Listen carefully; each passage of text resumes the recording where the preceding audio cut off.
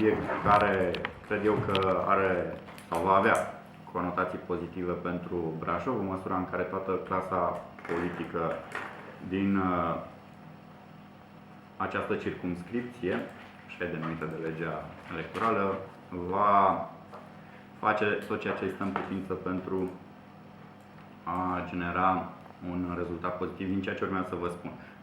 Până a porni acest subiect, însă țin să vă reamintesc faptul că am spus că vă voi comunica periodic ceea ce se întâmplă în Comisia Juridică a Camerei Deputaților și ceea ce se întâmplă în plenul Camerei Deputaților, fapt pentru care am început să vă transmit și sper că ați primit cu toții. Dacă nu, îmi cer scuze și o să iau din nou adresele de mail ale celor care nu au primit informările pe care le-am transmis cu privire la dezbaterea pe buget. Săptămâna viitoare, după cum știți, în Comisia Juridică va avea loc o discuție extrem de importantă privitoare la Ordonanța de Urgență 14 și vă voi comunica cu exactitate ceea ce se va întâmpla acolo. Revenind la subiectul pe care doresc să-l abordez, țin să vă informez că Onor Senatul României a procedat la sfârșitul lunii decembrie, iarăși ca paranteză vă voi trimite un comunicat de presă, tocmai ca să vă vin în ajutor, dar Senatul României a procedat la sfârșitul lunii decembrie 2016 la clasarea unor acte normative, de fapt clasarea unor proiecte de lege sau propuneri legislative care nu intraseră în procedură parlamentară. Vestea bună din faptul că au fost clasate o serie de astfel de proiecte de lege este aceea că proiectul de lege privind strategia de dezvoltare teritorială a României a fost clasat și retrimis guvernului. Vă reamintesc și spun că vă reamintesc pentru că ați scris despre acest proiect de lege că în el exista celebra prevedere prin care Brașovul era trecut în categoria a doua de orașe ale României, fiind declasat din prima categorie. Totodată, în acest proiect era exclus din strategia de dezvoltare feroviară intermodalul de la Feldioara, mutându-se, asta a fost viziunea celebrului ministru Dâncu, acest intermodal la Câmpia Turzii.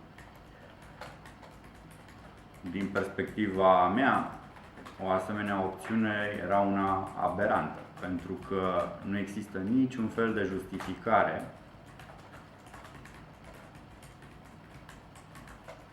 politică, economică, de care doriți dumneavoastră, pentru existența a două centre intermodale feroviare la o distanță de 40 de kilometri.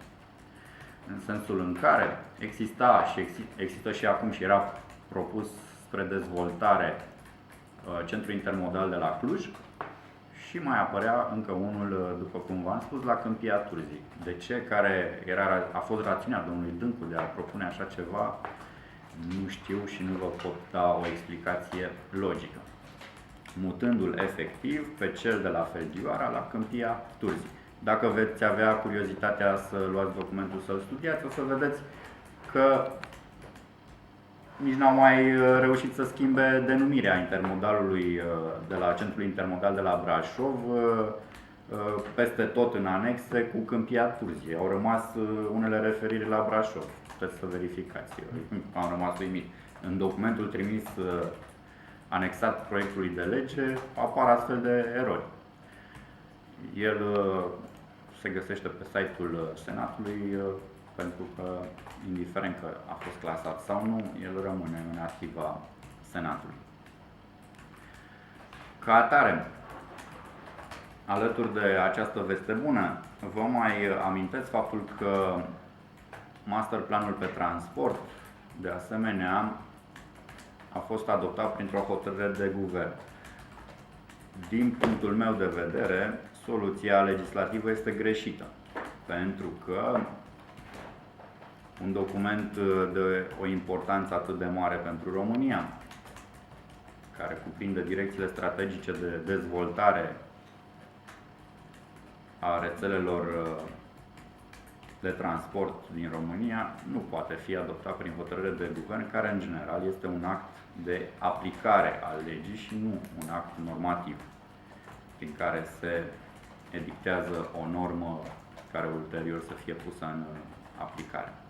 Deci soluția constituțională, din punctul meu de vedere, ar fi fost adoptarea printr-un proiect de lege de către guvern și trimiterea lui spre dezbatere și adoptare în Parlament. Eu sper să se revină asupra acestei decizii și să se adopte un proiect de lege pe acest master plan. De altfel am și auzit că majoritatea parlamentară are în vedere așa ceva. Mai e până acum, am terminat subiectul. Vă pot da și în privința aceea un răspuns pe Constituție. De aceea, cred că în privința readucerii Brașovului în clasa 1 de orașe ale României se pot face demersuri, pentru că odată ce s-a returnat documentul către guvern, el poate fi revizuit. Iar în privința intermodalului de la Feldioara, de asemenea, prin revizuirea acestei strategii de dezvoltare teritorială, cât și a master planului de transport, intermodalul de la Feldioara trebuie, în opinia mea,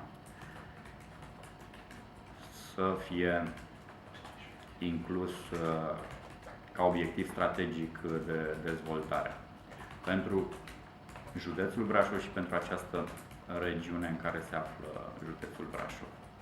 Ce voi face în concret? Voi redacta o interpelare, pentru că, într-adevăr, sunt probleme de interes național, cele la care m-am referit. Sunt documente de interes național, atât proiectul de lege privind strategia de dezvoltare teritorială, cât și master planul de transport, și voi solicita Guvernului României să dea explicații de ce a fost mutat intermodalul din județul Brașov, Feldioara, la Câmpia Turzii, județul Cluj. Asta o să răspundă Trebuie să răspundă guvernul. Structurile tehnice, vă reamintesc că doar miniștrii, secretarii de stat sunt cu funcții politice, restul aparatului tehnic rămâne în continuare de la o guvernare la alta, nu se modifică.